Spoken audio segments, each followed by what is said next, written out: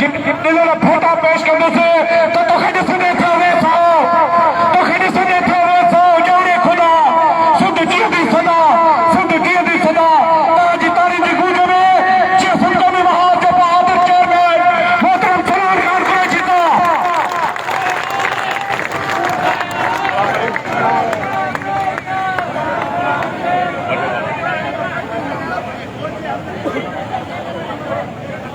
ए ज़माना असांजो कबीलो कुठो खूने नाहक जी कंहिंसां शिकायत ना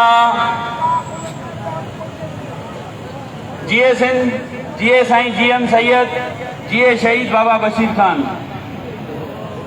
अॼु नवाब शाह में एक दफ़ो वरी उहा घुर करे रहिया आहियूं त सिंध जे वसीलनि ते गैर कानूनी अफ़गानी पनाहगीरनि समेत समूरनि धारनि खे सिंध मां निकाली ॾेई सुप्रीम कोर्ट जे फ़ैसिले ते अमल कयो वञे।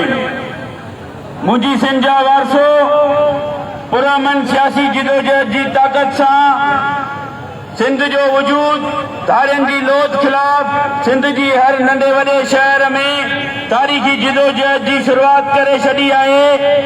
अहिड़ी जिदोजहद ज़रिए वक़्त जे हुक्मराननि खे मजबूर कंदासीं त अफ़गानी पनाहगीरनि समेत गैर कानूनी धारियुनि खे सिंध मां निकाली ॾेई धारी आबादकारी सिंध खे निजात ॾियारे छॾी आहे।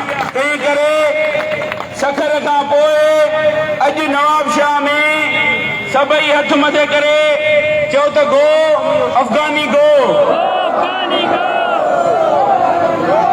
सिंध में धारियुनि जी आबादी सिंध जो अमन रवादारी सुकून तबाह कयो आहे। धारियुनि सबबि मज़हबी दहशतगर्दी ऐं इंतहा पसंदी वधी वई आहे। सिंध जा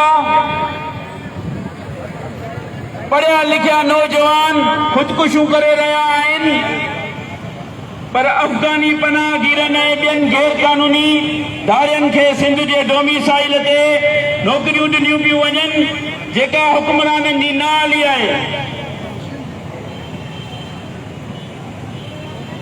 अॼोके एहतिजाज में घुर था कयूं त सिंध में मौजूदा समूरी धारी आबादकारी जा डोमिसाइल PRC रद्द करे सिंध जे नौजवाननि खे सरकारी नौकरियूं ॾिनियूं वञनि। मुंहिंजी सिंध जा वारसो वक़्त जे हुक्मराननि धारियुनि खे आबाद करण लाइ खेनि सभु सहूलियतूं ॾेई कराचीअ में बेरिया टाउन समेत सवे गैर कानूनी स्कीमियूं जोड़ियूं आहिनि जिन खे कानूनी शिकिल ॾिनी वञे ॾेई वई आहे। जॾहिं त सिंध धरतीअ जे वारसनि खे कराचीअ मां बेदख़ल करण लाइ क़दीम ॻोठ ठाहिया वञनि था। कराचीअ में ताज़ो अब्दुल्ला ॻोठ गाज़ीअ खे सरकारी मिशनरीअ सां बिल्डोज़ कयो वियो आहे। सवे मासूम ऐं औरतुनि ऐं मर्दनि ते तशद्दुद कयो वियो आहे जंहिंजी मज़म्मत था कयूं। अॼु घुर कयूं था त ॻोठाणनि ते तशद्दुद कंदड़नि मथां केस दाख़िल कयो वञे। मुंहिंजी सिंध जा वारसो सिंध जे तारीख़ी हैसियत जी बहाली ऐं सिंध जे वजूद ऐं बका ख़ातिर सिंध जे तारीख़ी जिदोजहद करे क़ौमी ॿधी ऐं सियासी सघ सां सिंध में संजीदा थींदासीं सिंध खे सुवारींदासीं।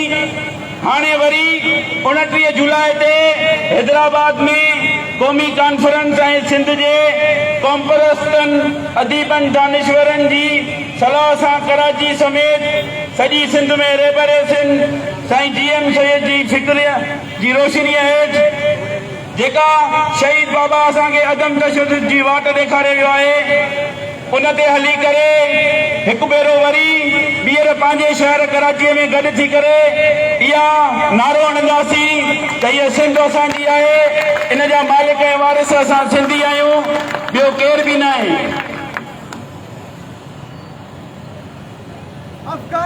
ए वक़्त शर्त पुॼाए खणी सिंधु देश ठहणो आहे, साम्राज्य जो निज़ाम हिकिड़े ॾींहुं ठहणो आहे। हक़ आहे, सच आहे, पंहिंजो ख़्वाब जिंदाबाद, इनक़िलाब जिंदाबाद।